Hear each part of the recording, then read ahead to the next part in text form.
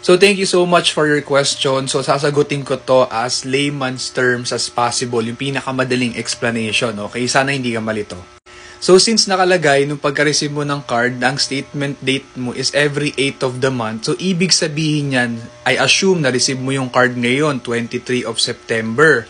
So ibig sabihin lang yan, kapag inactivate mo yung card mo ngayon, tapos let's say ginamit mo, gumastos ka, kumaskas ka, ng from today up until the 8th of October, ibig sabihin nun, yung binili mo, transaction mo ng 23rd of September hanggang 8 ng October, yun yung sisingilin sa'yo ng bangko sa statement mo by the end of October.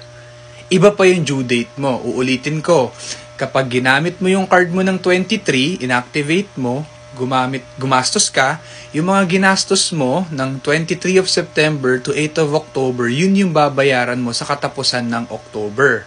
Okay? So, yung mga magiging transaction mo ng October 9 hanggang sa susunod na 8 of the month, which is November 8, yun naman yung magiging statement mo or transaction na sisingilin ng bangko sa'yo sa katapusan ng November.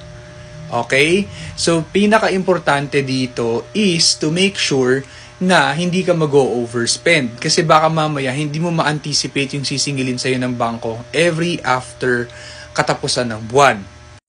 Sana I make that clear. Ngayon, iba naman yung due date mo. Your due date may vary.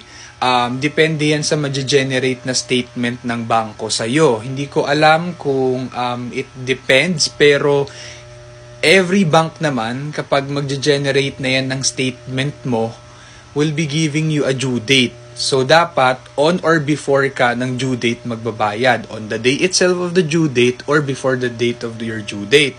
Kasi importante yon. And always take note, we, including myself, kasama na yung ibang mga TikTokers out there or any kind of influencer out there, we are an advocate of you guys paying always your statement amount or statement, ano bang tawag doon? Full amount, hindi yung minimum amount. Okay? Lagi niyong babayaran yung statement amount due. Okay? Hindi yung minimum amount due kasi yung minimum amount due, it's a trap. It will incur multiple interest.